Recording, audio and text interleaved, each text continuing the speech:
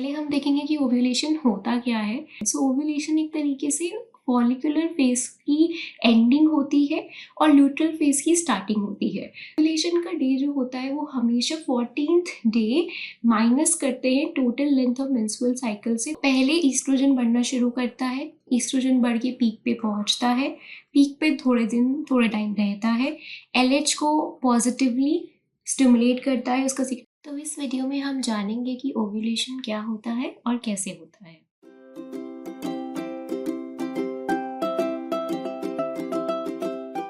Hey everyone, welcome back to HM Learnings. I am Harshita, the creator of HM Learnings, where students come to clear their concept and to get the study material. Make sure you subscribe my channel. So आज हम ovulation के बारे में बात करने वाले हैं हिंदी में। क्योंकि हमें बहुत सारे कमेंट्स आए हमारी प्रीवियस वीडियोस पे जिसमें लोगों ने बोला है कि दे वांट कि हम हिंदी में भी वीडियोस बनाएं, और हमने जो अपनी प्रीवियस हिंदी की वीडियोस बनाई हैं उसमें भी बहुत अच्छा रिस्पॉन्स हमें मिला है। तो इसलिए हम हिंदी में दोबारा से वीडियोस बनाना शुरू कर रहे हैं, जिससे जो लोग हिंदी में कंफर्टेबल ज़्यादा हैं या फिर उन्हें हिंदी में पढ़ना ज़्यादा पसंद है वो हमारी वीडियोस को देख सकें। आज हम स्टार्ट करेंगे ओव्यूलेशन के बारे में। पहले हम देखेंगे कि ओव्यूलेशन होता क्या है। ओव्यूलेशन की एक डेफिनेशन होती है जो कि है कि ovulation is expulsion of cumulus oocyte complex from the ovary. अगर आप देखेंगे तो यहाँ पे आपको ओवरी दिख रही है। इस ओवरी में से क्या होता है कि जो आपका एक्सपेल्शन का मतलब होता है बाहर निकलना, तो ओव्यूलेशन क्या होता है कि जो आपका क्यूमुलस oocyte कम्प्लेक्स है ना, व्हाट इज कम्प्लेक्स? कम्प्लेक्स का मतलब होता है कि ऐसी चीज़ जिसमें एक से दो चीज़ें हैं, मतलब एक से ज़्यादा चीज़ें हैं। तो यहाँ पे क्यूमुलस एक तरीके के सेल्स होते हैं ओवरियन फॉलिकल के, और oocyte जो कि आपका एग है। तो इन दोनों की, क्योंकि देयर आर यहाँ पे दो अलग अलग चीज़ें हैं, तो इसलिए इसे क्यूमुलस oocyte कम्प्लेक्स कहते हैं। जिसका बाहर निकलना, कहाँ से बाहर निकलना? ओवरी से बाहर निकलना, उसे हम ओव्यूलेशन कहते हैं। तो इस डायग्राम में आप देख सकते हैं कि यहाँ पे डिफरेंट फॉलिकल्स दिखाई गई हैं ओवेरियन फॉलिकल्स, और अल्टीमेटली यहाँ पे आप देखेंगे जो डोमिनेंट फॉलिकल होती है वो रप्चर होती है, और उस रप्चर से क्या निकलता है आपका क्यूमुलस सेल्स oocyte कम्प्लेक्स, जिसे हम ओव्यूलेशन कहते हैं। नाउ देखने के बाद कि ओव्यूलेशन होता क्या है, हम देखेंगे कि ओव्यूलेशन कब होता है। तो अगर आप कह रहे हैं कि किसी फीमेल की साइकिल 28 डेज की है, 28 दिन की है, यूजुअली मतलब करीबन मोस्टली यू कैन से कि ओव्यूलेशन जो है 14वें दिन पे 14th डे पे होता है। बट एक रेंज हम लेके चलते हैं हमेशा किसी भी बायोलॉजिकल वैल्यू को डोनेट करने के लिए, तो हम कहते हैं कि 12 से 16वें दिन जो है मेंस्ट्रुअल साइकिल का, इन 28 डे साइकिल में उस ड्यूरेशन में ओव्यूलेशन हो सकता है। अगर ओव्यूलेशन की बात करें तो हमें पता है, या मेंस्ट्रुअल साइकिल के बारे में बात करें तो हमें पता है कि एक ओवेरियन साइकिल है, एक एंडोमेट्रियल साइकिल है। जो आपकी ओवेरियन साइकिल है उसका जो फॉलिकुलर फेज है उसके बाद ओव्यूलेशन आता है, और ओव्यूलेशन के बाद जो है ल्यूट्रल फेज आता है। ओव्यूलेशन एक तरीके से फॉलिकुलर फेज की एंडिंग होती है और ल्यूट्रल फेज की स्टार्टिंग होती है।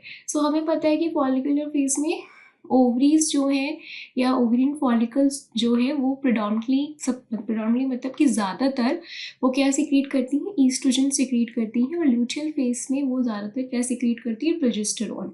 तो ओव्यूलेशन एक तरीके का फेज है जहाँ पे आपकी ओवेरियन साइकिल भी चेंज हो रही है एक फेज से दूसरे फेज में, जैसे कि ओवेरियन फेज से ल्यूट्रल फेज में, ईस्ट्रोजन से प्रोजेस्टेरोन सिक्रीटिंग फेज में। ठीक है, जो एंडोमेट्रियल साइकिल है उसके ऊपर भी इसका इफेक्ट पड़ता है। बिफोर ओव्यूलेशन से पहले वो मेंसेस स्टेज में होती है, फिर पॉलीफ्रेटी स्टेज में होती है। ओव्यूलेशन के बाद यहाँ पर प्रोजेस्टेरोन सिक्रीट होने लगता है, जिसकी वजह से अभी एक सिक्रीटरी फेज में आ जाती है। तो यू कैन से कि ओव्यूलेशन कब होता है?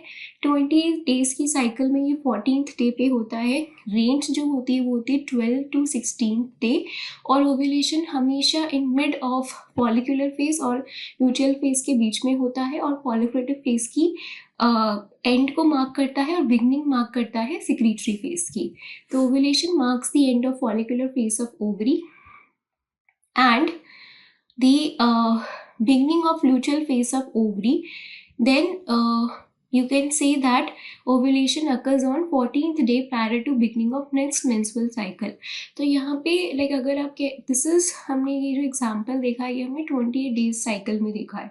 अगर 28 डेज साइकिल नहीं होगी, यूजुअली आप मेंस्ट्रुअल साइकिल की रेंज रहती है 21 डेज से 35 डेज की. सो उस फेस में क्या होता है कि अगर आप देखें, अगर 35 डेज की साइकिल है और अगर आप उसमें से पीछे की तरफ 14 दिन माइनस करेंगे तो आपको ओव्यूलेशन का डे मिल जाएगा. सो ओव्यूलेशन का डे जो होता है वो हमेशा 14th डे माइनस करते हैं total length of menstrual cycle से. तो आपको पिछली मेंस्ट्रुअल साइकिल में ओव्यूलेशन किस दिन होगा वो पता लग जाएगा, इररिस्पेक्टिव कि आपकी फॉलिकुलर फेज की क्या लेंथ थी, मेंस्ट्रुअल साइकिल की क्या लेंथ थी. ये इसलिए होता है क्योंकि ल्यूट्रल फेज की जो ड्यूरेशन है वो 14 दिन जो है फिक्स रहती है. ठीक है. सो ये देखने के बाद कि ओव्यूलेशन क्या होता है, अब हम देखेंगे कि ओव्यूलेशन होता कैसे है. सो जो फीमेल रिप्रोडक्टिव साइकिल है या मेंस्ट्रुअल साइकिल है वो एक तरीके से it is basically hormone driven. Hormone driven मतलब कि इसे हार्मोन्स ही कर रहे हैं. तो डिफरेंट टाइप्स के हार्मोन्स इन्वॉल्व है, जैसे हाइपोथैलेमस से आपका गोनाडोट्रोपिन रिलीजिंग हार्मोन सिक्रीट हो रहा है, फिर एंटीरियर पिट्यूटरी से आपका गोनाडोट्रोपिन सिक्रीट हो रहे हैं जो कि LH और FSH है, फिर ओवरी से आपकी ईस्ट्रोजन एंड प्रोजेस्टेरोन सिक्रीट हो रहे हैं. तो ये सारे हार्मोन्स एक दूसरे के साथ खेलते हैं, इनका एक टाइमिंग है सिक्रीट होने का, एक पैटर्न है सिक्रीट होने का, और उन सब की वजह से एक साइक्लिक पैटर्न बनता है जो कि आपकी मेंस्ट्रुअल साइकिल है. तो ओव्यूलेशन इज ऑल्सो एक पार्ट है आपका मेंस्ट्रुअल साइकिल का. तो ये भी हार्मोन्स के इंटरप्ले की वजह से ही होता है. अब कौन से हार्मोन्स इन्वॉल्व होते हैं, वो बढ़ते हैं या घटते हैं, वो कैसे बढ़ते हैं, उनका क्या पैटर्न है, वो हम यहाँ देखेंगे. तो अगर हम ये मान के चल रहे हैं कि 28 डेज की जो है मेंस्ट्रुअल साइकिल है और अभी हम यहाँ पे एक्सपेक्ट कर लेते हैं कि 14th डे पे जो है ओव्यूलेशन होगा. ठीक है. तो अभी हम देखेंगे कि 14th डे यानी कि जो डे ऑफ ओव्यूलेशन है उससे पहले क्या क्या हो रहा होगा. सो अभी आप देखिए कि this is like before ovulation हमें पता है कि ओवरी में कौन सा फेज चल रहा होता है, फॉलिकुलर फेज चल रहा होता है. ठीक है. सो वो आपकी 14 डेज का होता है इस केस में जहाँ पे 28 डेज की साइकिल है. तो यानी कि 7 दिन, शुरू के 7 दिन क्या होंगे, first half of follicular phase, और बाद के 7 दिन होंगी second half of follicular phase. जो second half of follicular phase है जो कि 8वें दिन से शुरू होता है, तब क्या होता है कि आपका जो ईस्ट्रोजन लेवल है वो बढ़ना शुरू हो जाता है. ठीक है. सो वी कैन से अगर यहाँ पे अगर हम एक टाइमलाइन बनाएं तो जो 8th डे है which is a kind of a beginning of second phase of follicular, second part of या second half of follicular phase, वहाँ से ईस्ट्रोजन का लेवल जो है वो बढ़ना स्टार्ट होता है. और आप कह सकते हैं कि अराउंड 10th डे जो ईस्ट्रोजन का लेवल है वो ऑलमोस्ट पीक पे पहुँच जाता है. तो यहाँ पे करीबन अगर आप इसे 10th डे मान लें तो यहाँ पे करीबन इसका जो लेवल है वो पीक पे पहुँच गया है. नाउ नॉर्मली ईस्ट्रोजन क्या करता है, वो नेगेटिवली इनहिबिट करता है LH को और FSH को भी इनहिबिट करता है, पर मोस्टली उसका जो एक्शन है वो LH पे होता है.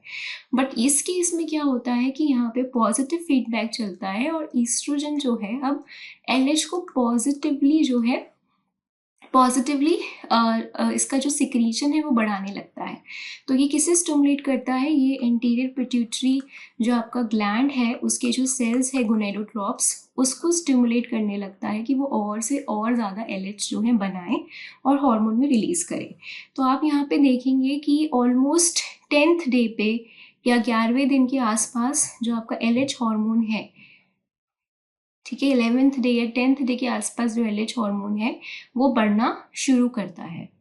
ठीक है. और ये जो आपका ईस्ट्रोजन का लेवल है ये 10 से, यानी कि यहाँ पे अगर मैं बनाऊँ तो 12th डे तक जो है ये पीक लेवल पे ही सस्टेन करता है ईस्ट्रोजन का लेवल. और 12वें दिन से या 11वें दिन से आपका जो LH का ऑनसेट है, LH का सर्ज मतलब रैपिड राइज, एक बहुत तेज़ी से बढ़ना, वो स्टार्ट हो जाता है 12th डे पे. और अल्टीमेटली 24 से 36 घंटे के बाद क्या होता है, आपका ओव्यूलेशन हो जाता है जो कि 14th डे हुआ. ठीक है.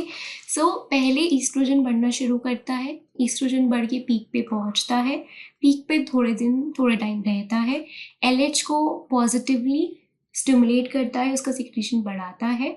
और एलएच का जो पीक होता है, यहाँ पे एलएच का पीक जो है 9 से 16 घंटे ओव्यूलेशन से पहले होता है और फिर ओव्यूलेशन फाइनली हो जाता है। तो ये जो टाइम है एलएच सर्ज के स्टार्ट से ओव्यूलेशन तक का जो टाइम है, इसे हम पेरी ओव्यूलेटरी पीरियड या पीरियड भी बोलते हैं।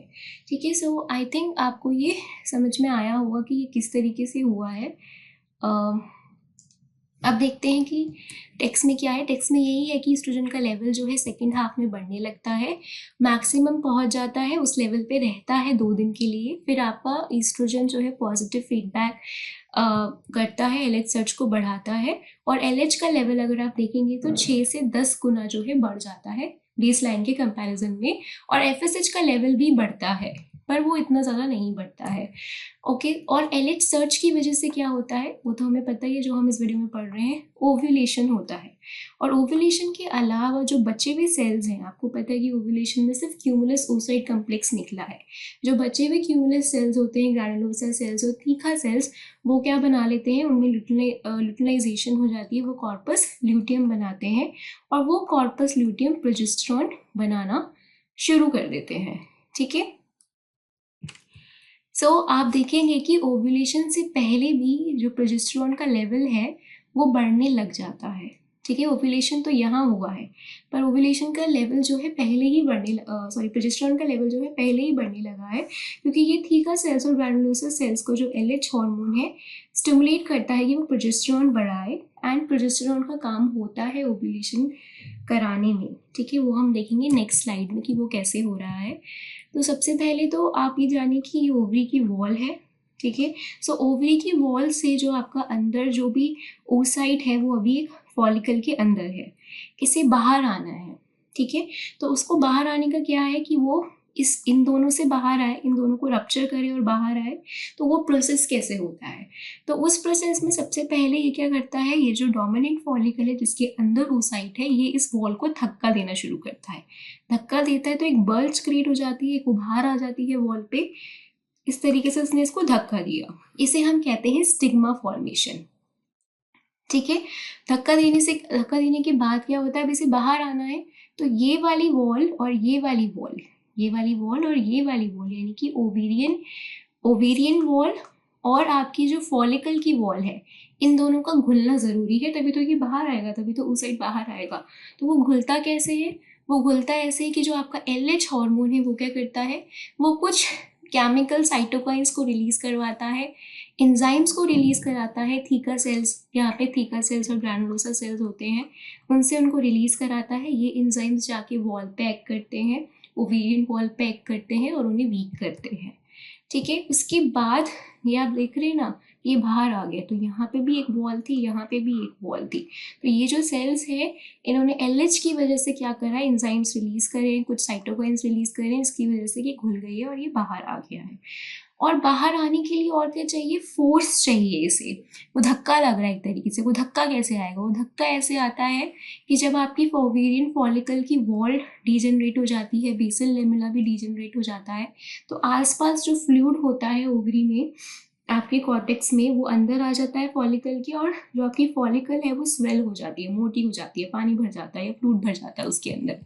इसके अलावा जो आपकी जो नई वेसल्स हैं वो आनी शुरू कर जाती है। इन नई वेसल्स पे प्रोस्टाग्लैंडिन नाम का एक केमिकल एक्ट करता है, जिसकी वजह से फ्लूइड और ज़्यादा ओवरी के अंदर या फिर फॉलिकल के अंदर एंटर करता है। तो ओवरी जो है, जो आपकी ओवेरियन फॉलिकल है, वो मोटी हो जाती है क्योंकि उसके अंदर फ्लूइड भर गया है। उसकी वॉल जो है वीक हो जाती है, ओवेरियन वॉल भी वीक हो जाती है, ये फोर्स लगाती रहती है और अल्टीमेटली ये बाहर आ जाती है, धक्का लगता है। तो इसमें प्रोजेस्टेरॉन का क्या रोल है, सो यहाँ पे देखिए, swelling of follicle will cause rupture of follicle and degeneration of stigma and hence expulsion of ovum. So ovarian follicle का स्वेलिंग हुई, फॉलिकल का रप्चर हुआ और डीजनरेशन भी हुआ स्टिग्मा का। अल्टीमेटली तो ये जो स्टिग्मा बना था इसका डिसोल्यूशन हुआ, ये घुला और साथ में फॉलिकल की स्वेल होने की वजह से वो रप्चर हुआ, एक धक्का लगा और वो बाहर आ गया। ठीक है, सो यहाँ पे प्रोजेस्टेरॉन का काम यही होता है कि वो स्वेल कराए, ठीक है, ओवेरियन फॉलिकल को स्वेल कराए और साथ में प्रोटीलिटिक एंजाइम्स को रिलीज करे ताकि ओवेरियन फॉलिकल वॉल जो है वो वीक हो, स्टिग्मा जो है वहाँ से घुले, वो वॉल वहाँ से गायब हो और अल्टीमेटली फॉलिकल का रप्चर होके ओवम जो है पेरिटोनियल कैविटी में बाहर आ जाए। ठीक है, सो इस वीडियो में हमने देख लिया कि ओव्यूलेशन कैसे होता है और वो क्या होता है, वो कब होता है। अगर आपको ये वीडियो अच्छी लगी तो प्लीज़ लाइक, शेयर और सब्सक्राइब करें। ये रेफरेंसेस है जहाँ जाके आप इस टॉपिक को दोबारा से और डिटेल में पढ़ सकते हैं। हमें कमेंट में ज़रूर बताएं अगर आपको और वीडियोस चाहिए हिंदी में। सो अगर आपको ये वीडियो अच्छी लगी तो please like, share and subscribe. Till then keep learning.